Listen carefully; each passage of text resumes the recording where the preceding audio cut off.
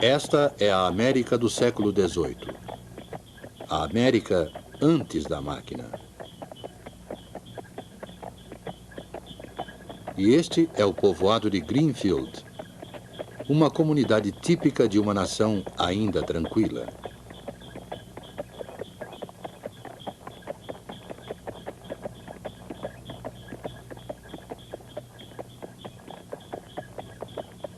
Henry Ford construiu Greenfield Village, uma cidade-monumento para preservar de algum modo a sua própria história.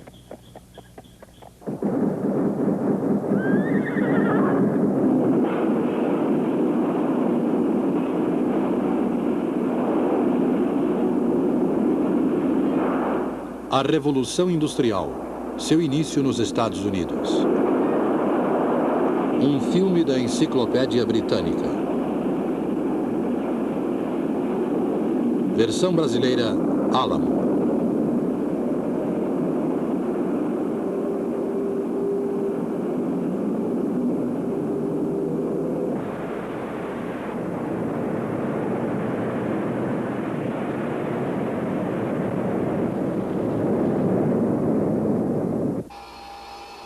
Este é outro monumento construído por Henry Ford.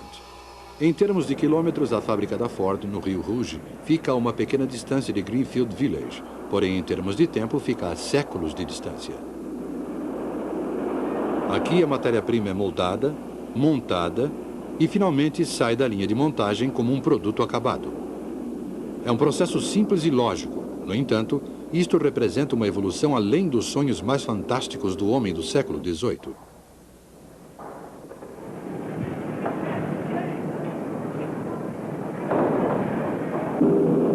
Para compreender como a Revolução Industrial destruiu as Greenfield Villages da América, precisamos recuar quase 2 séculos.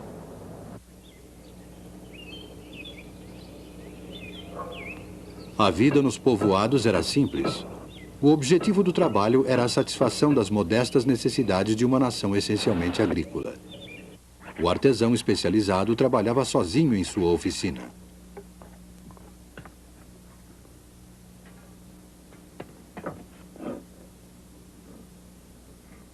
A maior parte do trabalho era ainda realizada nas casas. Aqueles que tinham recursos importavam roupas da Inglaterra. Aqueles que não podiam teciam seu próprio fio de algodão e faziam suas roupas. A fabricação industrial era quase desconhecida. Por que fabricar produtos? Era muito mais fácil trabalhar no campo, havendo terra disponível. Aqueles que trabalham no campo são escolhidos por Deus. Assim falava Thomas Jefferson em 1784. Jefferson não via nenhum motivo para a industrialização e os seus conterrâneos pensavam da mesma forma. Era mais fácil importar da Inglaterra, onde a era industrial já havia começado. A América parecia estar destinada a permanecer uma terra de fazendeiros e negociantes, atuando na importação e exportação por via marítima. Os navios da Nova Inglaterra transportavam para a Europa matéria-prima, algodão, linho, madeira, fumo e lã, e retornavam com produtos industrializados. A América dependia da Europa. Tal situação não oferecia obstáculos enquanto a Europa estivesse em paz. Mas no início do século XIX, a França e a Inglaterra entraram em guerra ameaçando a frota mercante americana.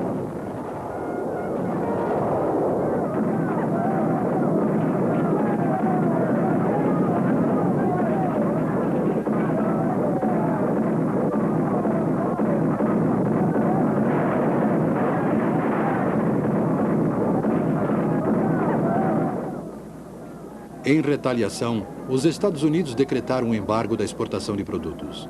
Os efeitos desta guerra e da seguinte em 1812 contra a Inglaterra foram danosos à frota mercante dos americanos, a tal ponto que a importação de produtos industrializados foi quase eliminada. Antes do fim da guerra de 1812, Thomas Jefferson já havia mudado de opinião quanto à industrialização. Estamos vivendo momentos que não acreditávamos. Existe um poder com força suficiente para nos excluir do comércio com as outras nações. Para sermos independentes e termos uma vida confortável, devemos, nós mesmos, fabricar os bens de consumo. Devemos agora colocar o industrial ao lado do agricultor.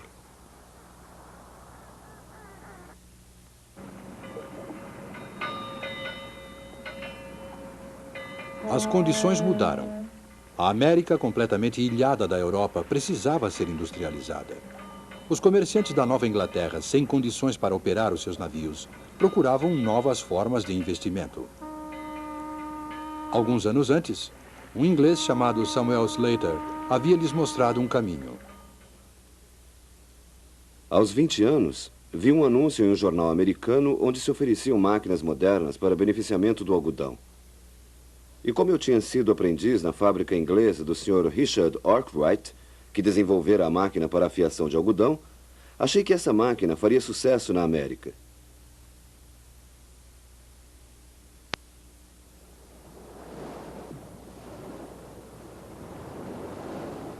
Disfarcei-me de camponês e embarquei num navio para Nova York. Não revelei minhas intenções nem à minha mãe, porque as leis inglesas proibiam a exportação de máquinas, inclusive desenhos e modelos, e a imigração de operários especializados não era permitida. Desembarquei em Nova York e fui para Rhode Island, onde um rico comerciante se dispunha a fundar uma fábrica se eu conseguisse reproduzir uma máquina inglesa. Contando somente com a minha memória, construí a máquina para fiação de algodão e escolhemos um lugar na margem do rio Pawtucket, que nos abasteceria com a força hidráulica necessária para movimentar as máquinas. Naquele local, em 1791, construímos uma fábrica cujas máquinas eram operadas por 9 crianças entre 7 e 12 anos de idade. Era um modesto começo este da Revolução Industrial Americana. Uma pequena fábrica onde se produzia somente o fio de algodão, uma vez que o tecido ainda era fabricado em outro local. Um projeto de máquina contrabandeado da Inglaterra e montado em uma pequena fábrica no modelo inglês. Qual seria a contribuição americana para a Revolução Industrial? Talvez esta contribuição tenha começado com um grupo de homens em Massachusetts, em 1813.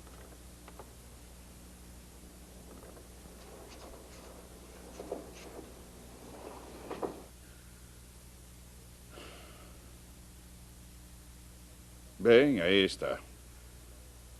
Companhia Manufatureira de Boston. Já é oficial.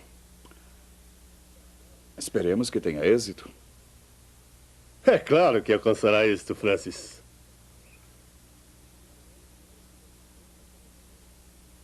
Se os teares ingleses podem produzir quilômetros de tecido em um único dia, nós também conseguiremos. Com maior razão, aperfeiçoamos o modelo inglês. De que outra forma a família Lowell poderia investir o seu dinheiro? Com a Inglaterra em guerra, não se pode nem navegar. Sei disso. Provavelmente está certo. Se eu tivesse objeções, não teria investido tanto. Acho que um dia ainda seremos muito ricos. A única dúvida é aquela que se sente antes de empreender algo novo. Apenas essa. Bem, não há nada de novo em utilizar máquinas inglesas. Eu sei, Patrício. Uma coisa é usar máquinas inglesas, outra é estar inovando. Se realmente pudermos pôr o algodão bruto em uma extremidade da fábrica e na outra retirar o produto acabado, teremos feito o que nunca foi realizado antes. Ora, Francis, certamente alguém já pensou nisso antes. Na verdade, ninguém havia pensado. Francis Cabot Lowell e alguns amigos fundaram a primeira fábrica moderna. Antes, inclusive na Inglaterra, as etapas de produção eram realizadas em locais distintos. Produzia-se o fio de algodão em uma fábrica como aquela de Slater, o tecido era fabricado em outro lugar e, em uma terceira fábrica, era clareado. Em 1814, em Waltham, Massachusetts, o processo foi modernizado. Nenhum produto novo era manufaturado. Nenhuma máquina nova foi introduzida. A inovação consistia na combinação do antigo sistema de produção de tal forma que todo este processo, do começo ao fim, era realizado em um único local. Por que isto não havia sido feito na Europa? Talvez porque na América havia menos tradições a quebrar. Não havia nenhuma regra estabelecida de produção para Francis Lowell e seus sócios. Logo, eles tinham total liberdade para decidir sobre o método mais prático de produção. Não tinham talento para o trabalho manual, mas sim para a organização, para realizar o óbvio. Dentro de poucos anos, a fábrica estava produzindo quilômetros de tecidos por dia. E os preços, para os consumidores, caíram de 25 para 6 centavos de dólar o metro. Os proprietários então começaram a procurar outra instalação. Eles sabiam que poderiam movimentar mais teares se contassem com mais força hidráulica. O problema era onde encontrá-la. Por que não compramos o canal Pautec? Inicialmente, aquela parecia ser uma ideia absurda, mas Francis Lowell pensou e concluiu que a compra do canal Pawtucket proporcionaria à sua fábrica toda a força hidráulica do rio Merrimack, o qual tinha uma queda d'água com mais de 10 metros de altura. Essa força poderia movimentar um grande número de teares. Lowell decidiu comprar o canal. Ele jamais poderia fazer algo semelhante na Inglaterra, onde a força hidráulica havia sido há muito tempo distribuída em pequenas cotas e, consequentemente, as fábricas eram obrigadas a permanecer pequenas. Somente na América era possível pensar em empreendimentos arrojados e grandiosos. Lowell comprou o canal Pawtucket, construiu a maior fábrica dos Estados Unidos e fundou a cidade de Lowell. Mas ainda havia um problema perturbando Lowell e os outros industriais daquela época. As máquinas quebravam e os consertos frequentemente duravam várias semanas, pois era necessário que um técnico especializado fabricasse cada peça.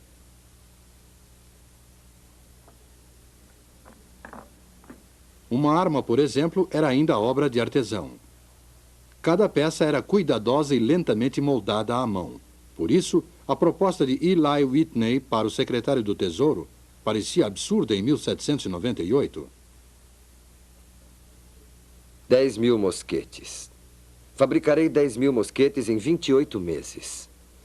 Isso se o governo concordar com os termos do contrato. Sr. Whitney, nem eu nem o presidente podemos imaginar como o senhor conseguirá produzir tantos mosquetes num prazo tão curto. Onde o senhor encontrará os armeiros? Não vou precisar de armeiros. O país precisa de armas. Se o senhor diz que as entregará, nós acreditamos. Talvez a ideia tenha ocorrido a Eli Whitney quando ele desenvolveu o seu descaroçador de algodão. De qualquer modo, a ideia foi dele e era surpreendentemente simples. As peças para as máquinas deveriam ser intercambiáveis. Em lugar de um artesão especializado a moldar peça por peça, máquinas de precisão fabricariam milhares de peças de reposição, que seriam utilizadas de forma permutável. Este foi outro exemplo de desenvolvimento do óbvio. E naquela época, na América, onde havia falta de artesãos especializados, os seus serviços não seriam mais necessários. A máquina, e não o homem, seria especializada. Passados os 28 meses, o Sr. Whitney não entregou nenhum dos seus prometidos mosquetes. Ele se dirigiu ao presidente Adams, esperando que a demonstração do seu novo empreendimento salvasse a sua reputação. Sr. Whitney, o presidente o receberá agora.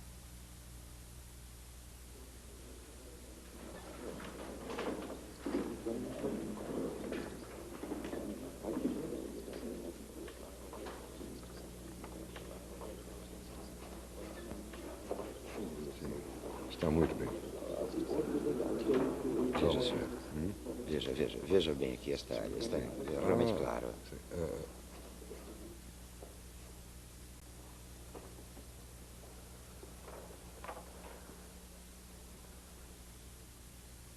Como vai, Sr. Whitney?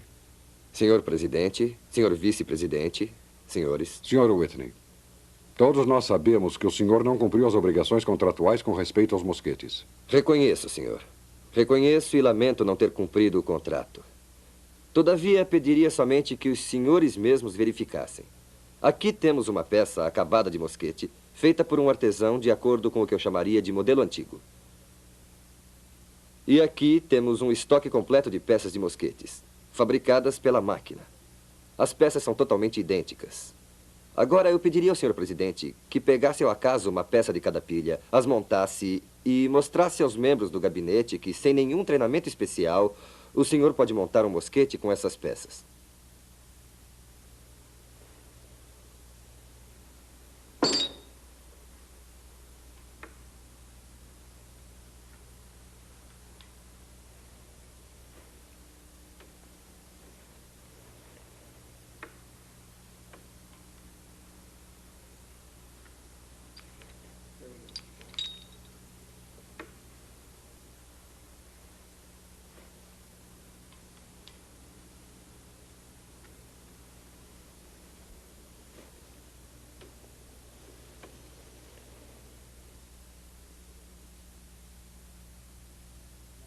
Sr. Whitney, aceite os meus parabéns. Muito obrigado, senhor. Jamais eu poderia crer que essas máquinas pudessem fabricar peças tão exatamente iguais, de forma que, inclusive, um homem sem nenhuma experiência como armeiro pudesse montar uma arma. O senhor percebe o que significa isso? Milhares e milhares de peças poderão agora ser fabricadas em série. Isto é realmente... Em lugar de receber uma reclamação, Whitney recebeu uma prorrogação do prazo do contrato e mais $20.000. Graças à ideia de peças de reposição, os consertos passaram a ser feitos de forma mais rápida e sem dificuldades. A produção em série tornou-se viável e, talvez o mais importante, qualquer um poderia ser um profissional. Uma grande mudança ocorria também nas fazendas dos Estados Unidos. As pessoas começaram gradativamente a abandonar o campo e se dirigiam para as fábricas. Não era preciso nenhum treinamento especial para ser um operário. Qualquer um podia operar uma máquina.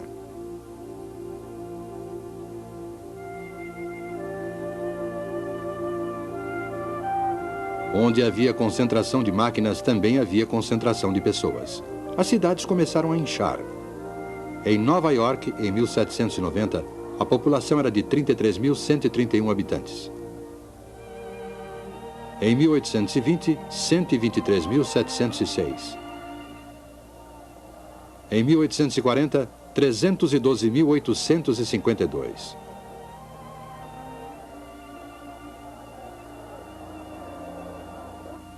As fábricas atraíam as pessoas como um ímã. Essa gente frequentemente vivia muito mal e ganhava pouco. Não obstante, continuava a chegar. Vagarosamente, a cidade substituiu a fazenda como unidade dominante na vida americana. E à medida que a produção aumentava, os estoques cresciam e um problema era inevitável: como levar os produtos até o consumidor. Até o início do século XIX, os meios de transporte haviam mudado muito pouco, comparando-se com aqueles dos séculos anteriores. Viajar rio acima era impossível. O transporte rodoviário para longas distâncias era muito caro. Era necessária uma revolução nos transportes para expandir a revolução industrial.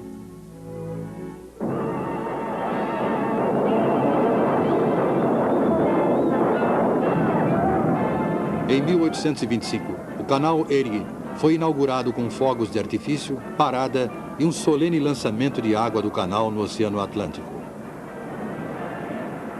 O leste e o oeste foram subitamente ligados por esse canal gigantesco. Os produtos industrializados da Nova Inglaterra passaram a ter um meio mais barato de transporte para o oeste. O motor a vapor era uma fonte de energia revolucionária, pois mercadorias e pessoas podiam ser transportadas tanto rio abaixo quanto rio acima. Os rios do oeste americano tornaram-se, então, grandes artérias de comércio por onde eram transportados os produtos do leste.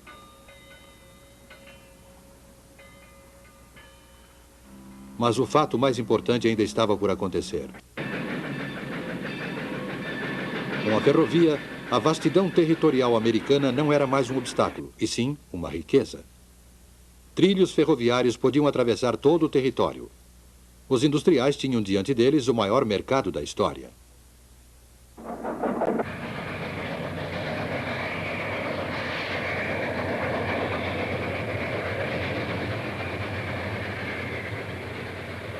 A América, às vésperas da Guerra Civil, comparada àquela de 50 anos atrás, mudara radicalmente.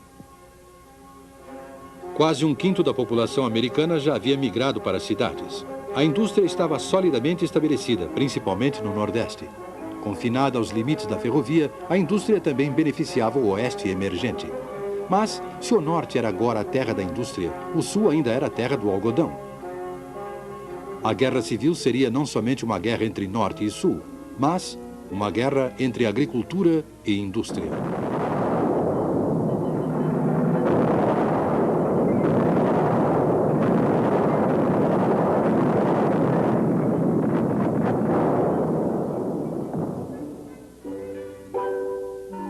Em 1860, o cenário já estava montado.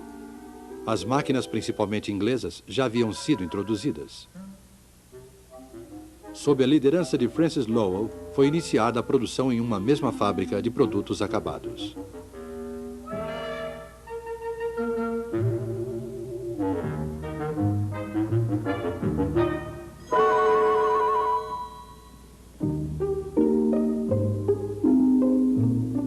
Eli Whitney desenvolveu as peças de reposição. Em consequência, os artesãos especializados não eram mais necessários e qualquer um poderia operar a máquina.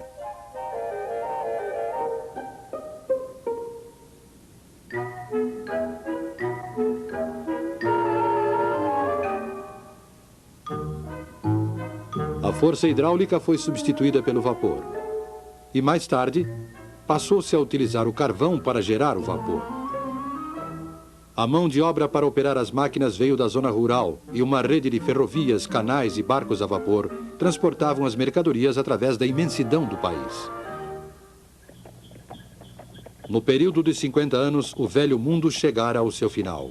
No espaço de 50 anos, foram lançadas as fundações do novo mundo.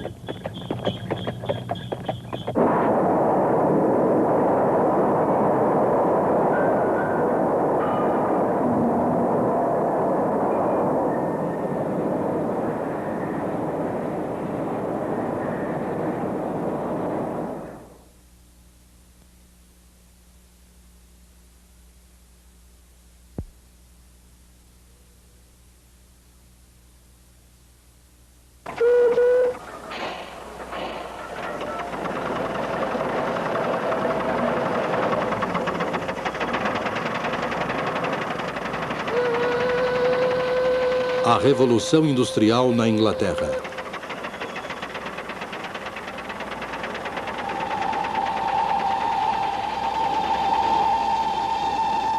Um filme da Enciclopédia Britânica. Versão brasileira, Álamo.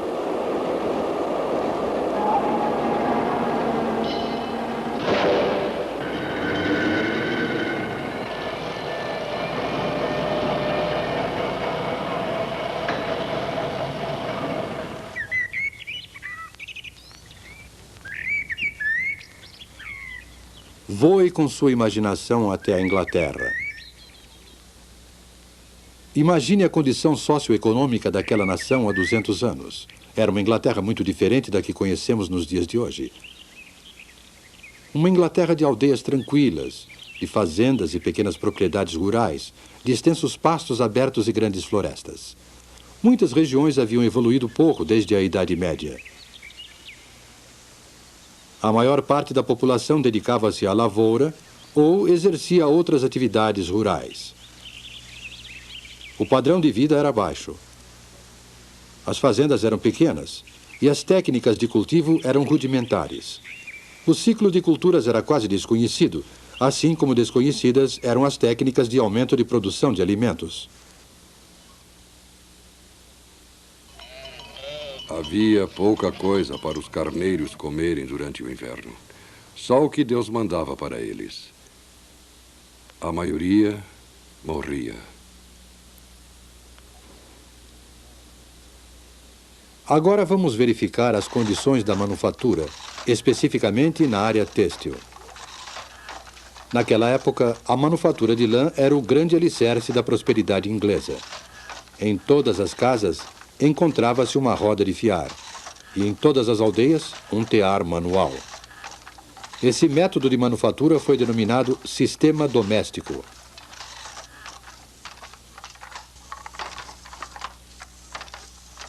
Timóteo. Sim, mestre. Venha cá.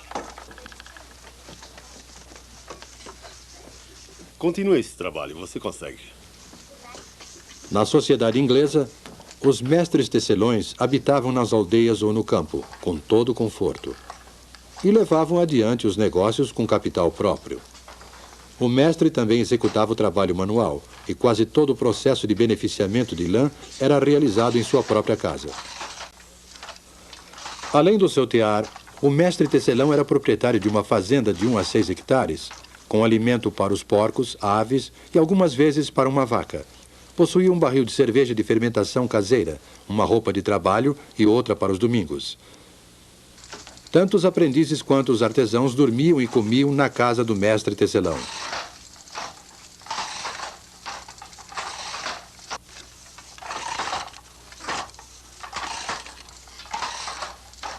Mantenha o movimento firme, rapaz. Estou tentando, mestre. Estou tentando. Claro, eu estou vendo seu esforço. Os mestres e os seus empregados eram geralmente ligados pela afeição, a ponto de não desejarem se separar. Os mestres pensavam que era obrigação deles manter os seus homens, inclusive quando os negócios não corriam de forma satisfatória. Consequentemente, um trabalhador vivia e morria no mesmo local onde havia nascido. O mestre e sua família produziam eles próprios quase todos os produtos que consumiam. Ned?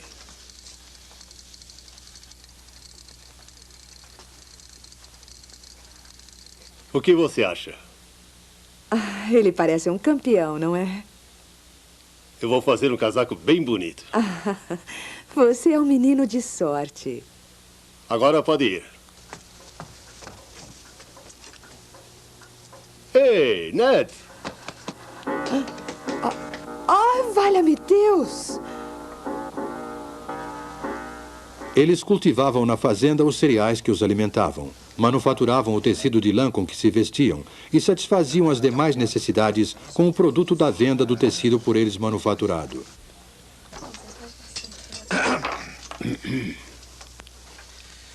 Senhor, esteja presente à nossa mesa, esteja aqui em todo lugar. Senhor adorado, abençoe vossas criaturas e permita-nos compartilhar com o vosso banquete no céu. Amém. Amém. O mestre tecelão costumava sentar-se à cabeceira da mesa de carvalho. Rodeado pela sua família e seus empregados, ele rezava a oração de ação de graças, servia o pão e o purê. Às vezes tomava uma caneca de cerveja, sem servir aos seus homens. Mas essa era uma das poucas diferenças entre o modo de viver do mestre e o dos empregados. Por favor.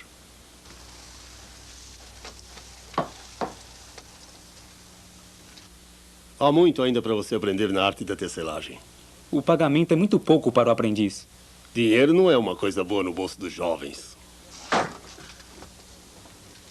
Na realidade, havia um aspecto muito desagradável no relacionamento entre o mestre tecelão e os trabalhadores. Existia, por exemplo, uma lei do governo proibindo aos trabalhadores de fazerem greve para reivindicar aumento salarial. Fizeram uma greve no inverno passado, mas a paralisação cessou por causa da repressão.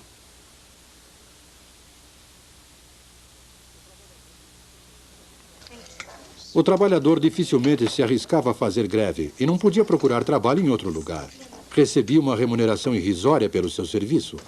Ele ocupava, na verdade, uma posição intermediária entre escravo e homem livre, ou mais precisamente, entre servo e cidadão. Tais eram as condições na indústria têxtil inglesa há 200 anos, apresentadas neste filme de forma concisa. Essas condições variavam conforme o lugar e a época. A Inglaterra não era absolutamente o paraíso terrestre, mas a vida seguia o seu curso tranquilo, geração após geração. E nos 100 anos seguintes, a nação se transformou e o estilo de vida do povo inglês sofreu uma transformação radical. Aldeias tornaram-se vilas, vilas tornaram-se cidades, e a manufatura foi transferida das tranquilas propriedades rurais para as fábricas.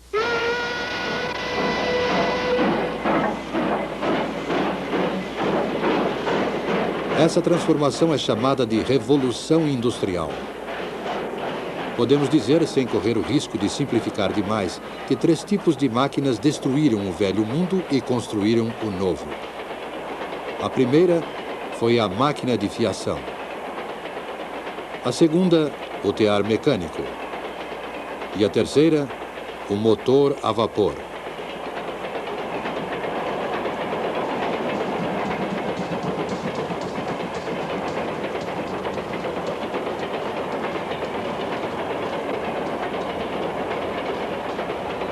A máquina de fiação, o tear mecânico e o motor a vapor. 3 instrumentos que, juntamente com outras máquinas, transformaram o mundo. Desde os tempos primitivos, o homem vem fabricando e utilizando instrumentos.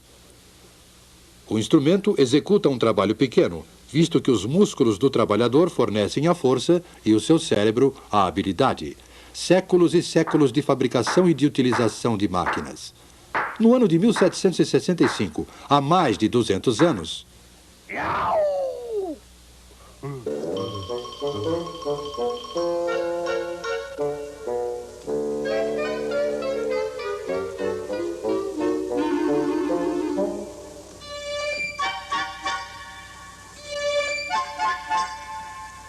Jenny! Jenny! Eu consegui! James Hargreaves aperfeiçoou a máquina de fiação manual, batizando-a com o nome de sua esposa, Jenny. É a Spinning Jenny, a máquina primitiva de fiar difusos múltiplos. Essa máquina iniciou a revolução na manufatura da lã. A fiação era até então um processo lento, pois só se podia fiar um fio de cada vez. James Hargreaves colocou 8 fusos numa armadura e movia todos eles com uma manivela.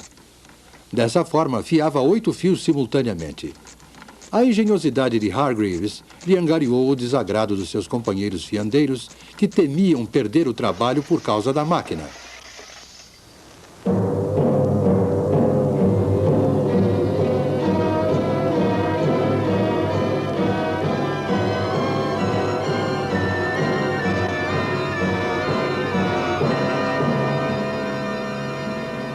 Mas Hargreaves não desistiu do seu empreendimento. E logo depois desenvolveu uma outra máquina que fiava 16 fios ao mesmo tempo. Uma criança podia, ao girar a manivela desta máquina, realizar o trabalho que antes era executado por mais de 100 homens. Ninguém conseguiria mudar o curso da história, pois uma descoberta iria inevitavelmente abrir caminho para outra. Em 1784, a população de Godby Marwood, uma pequena aldeia na região central do país, estava inquieta em virtude do que acontecia na casa do ministro da aldeia, o reverendo Edmund Cartwright.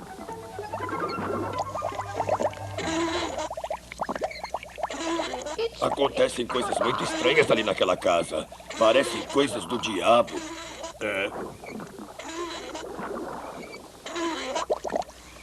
Segundo seus vizinhos, o reverendo não era um homem bom. Acreditavam que ele praticava bruxaria. Mas tais temores eram infundados. Cartwright havia simplesmente desenvolvido uma máquina, acelerando assim o processo de industrialização. A partir de então, a energia não era mais produzida pelos músculos dos trabalhadores, como ocorria com a máquina de fiação. A fonte da energia seria a água. A força da água corrente foi utilizada para movimentar uma máquina de tecer. Estava criado o tear mecânico. O trabalho manual na indústria têxtil foi abandonado, como foi também o velho sistema doméstico de manufatura. O tear mecânico, além de ter um preço elevado para o tecelão comum, era muito grande para ser colocado em casa. Mas, se pudesse comprar 12 teares e instalá-los num prédio... Foi dessa forma que o tear mecânico acelerou o crescimento da indústria e do sistema industrial. A partir dessa época, em lugar de trabalhar em sua própria casa, o tecelão passou a morar em um lugar e a trabalhar em outro. Embora isso seja comum hoje em dia, naquela época houve uma implacável oposição à tirania da sirene da fábrica.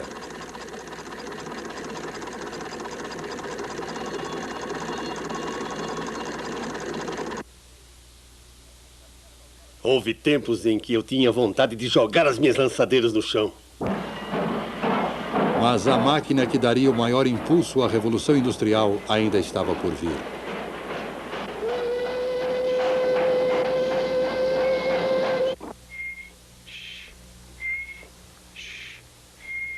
James Watt, quantas vezes já disse para não perder seu tempo? Você não servirá para nada, menino. Não estou perdendo tempo, mãe. Eu estou inventando uma coisa. Inventando uma coisa?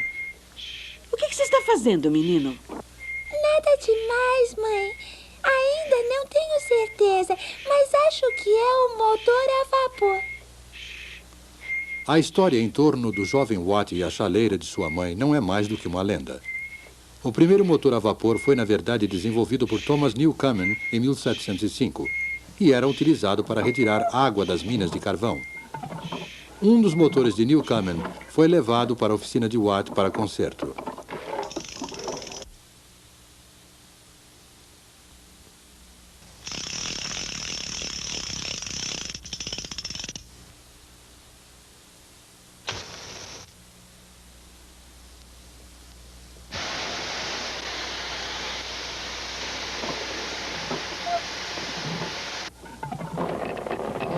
James Watt empenhou-se nesse trabalho e, por volta de 1781, aperfeiçoou o motor, convertendo-o em grande fonte de força.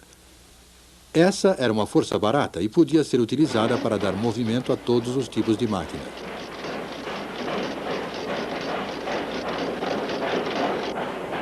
Com o motor a vapor de Watt e com o aperfeiçoamento dos métodos de beneficiamento do ferro e do aço, a Revolução Industrial era um fato consumado. A máquina de fiação e o tear manual foram abandonados. Surgiram as grandes cidades, não de um dia para o outro, mas no curto espaço de 100 anos. No lugar do mestre tecelão, semi-industrial e semi-fazendeiro, apareceu o capitalista, proprietário de muitos teares e empregador de centenas de trabalhadores. Com a Revolução Industrial, a Inglaterra transformou-se na fábrica do mundo no século XIX. Era um período que exigia criatividade e desembaraço. Juntos, empresários e engenheiros criaram uma era na qual a Grã-Bretanha ocupou a supremacia do comércio mundial.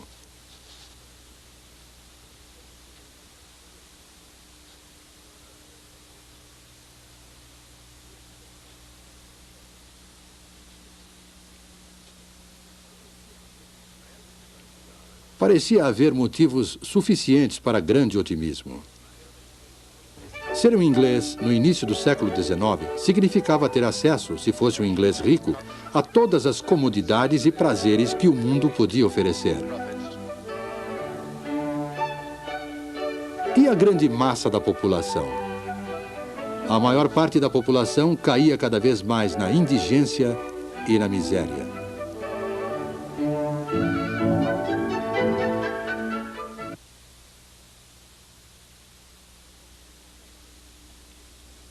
A qualquer hora do dia, podia-se ver as mulheres utilizando, para as necessidades domésticas, a água de uma vala imunda e fétida, cujas margens eram cobertas com uma mistura de lama e lixo.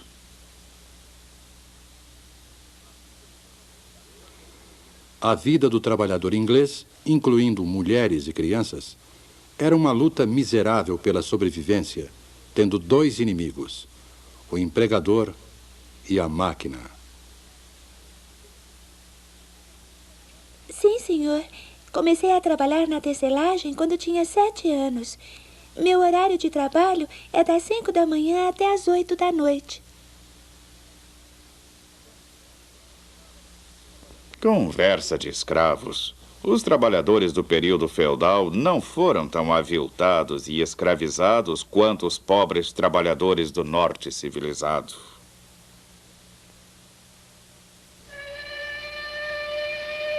Os homens eram empregados nas minas de carvão para o serviço de escavação.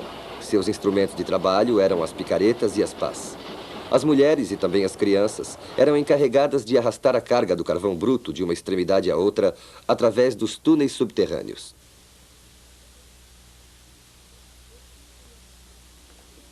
O cinto e a corrente são mais dolorosos quando trabalhamos com a família.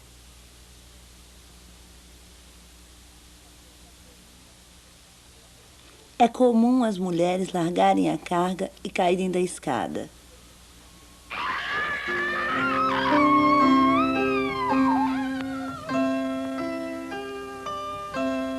A verdade era que o novo poderio econômico inglês e a supremacia no comércio mundial sustentavam-se na exploração da mão de obra, em moradias subhumanas e na imensa miséria do proletariado.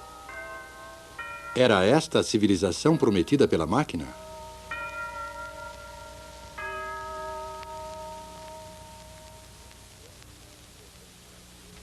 Observo com prazer que a classe operária inglesa está conscientizada de sua exploração e que ela odeia aqueles que a exploram.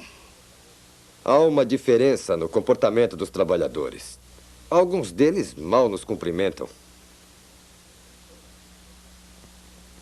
Todos os projetos de reforma não poderão evitar os males terríveis que vejo se acumulando há muito tempo. Meus empregados pobres? Não os contratei de acordo com as normas do mercado? Não lhes pago, inclusive, até os centavos de seus salários?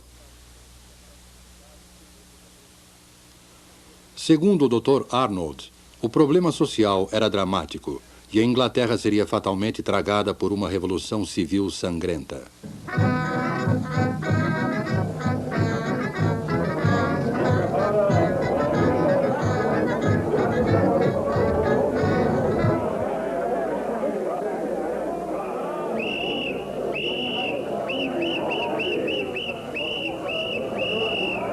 Apesar de todos os distúrbios e tumultos, os quais sempre ficaram limitados a determinadas áreas, a tão esperada e temida Revolução Sangrenta não aconteceu na Inglaterra como acontecera na França.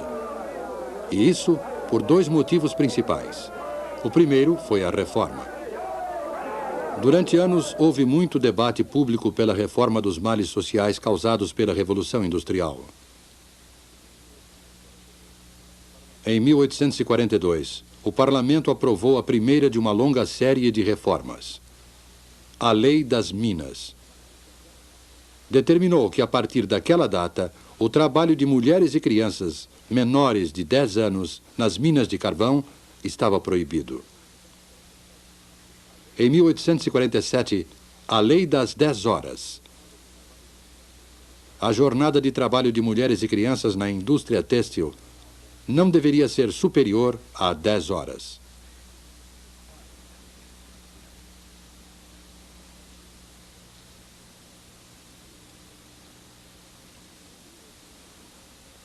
E em 1875, os sindicatos, que até aquela data tinham seus poderes de negociação limitados por lei, ganharam proteção legal.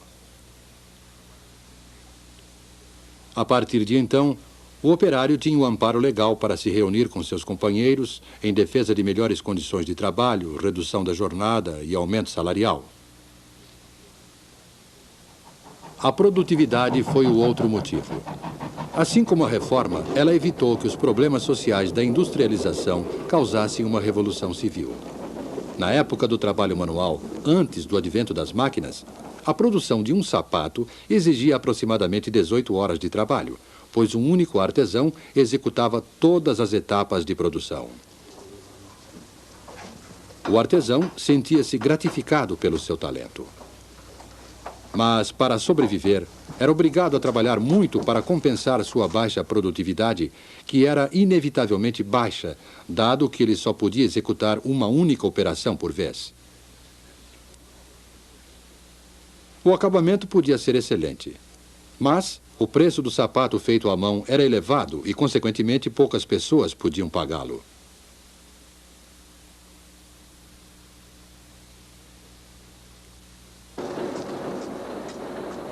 Com o advento da máquina, a produtividade dos trabalhadores cresceu espantosamente. Implementou-se a divisão do trabalho. Do beneficiamento do couro até o produto acabado, cada operário executava somente uma operação, repetindo-a várias vezes.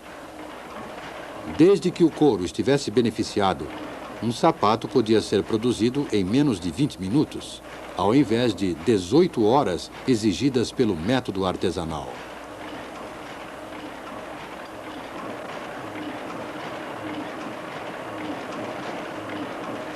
Dessa forma, cada homem produzia mais graças à máquina, e sua produtividade cresceu. As horas de trabalho em toda a indústria foram diminuídas. O salário aumentou e os preços dos produtos baixaram.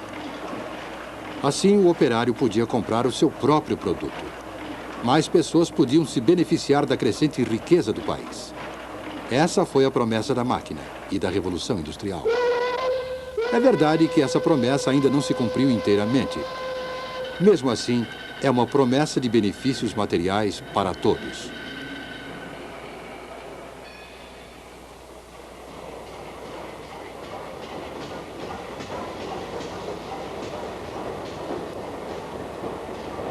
O século XIX, o século da Revolução Industrial, foi uma época de grandes realizações para a Inglaterra. Uma nação de economia agrícola, com uma grande manufatura de lã, transformou-se em uma nação industrial, de engenheiros, de minas de carvão, de empresas siderúrgicas e de fábricas. Essa transformação da economia causou muito sofrimento para a classe operária. Mas, por outro lado, em um período muito curto, a Inglaterra tornou-se o maior exportador de produtos. Ela era a fábrica do mundo.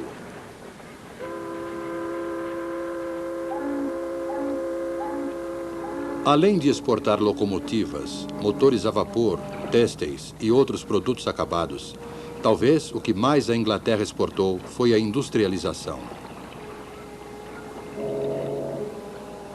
Dessa ilha separada da Europa pelo oceano, a Revolução Industrial se espalhou, levando para o mundo os grandes problemas, assim como os benefícios materiais da moderna civilização industrial.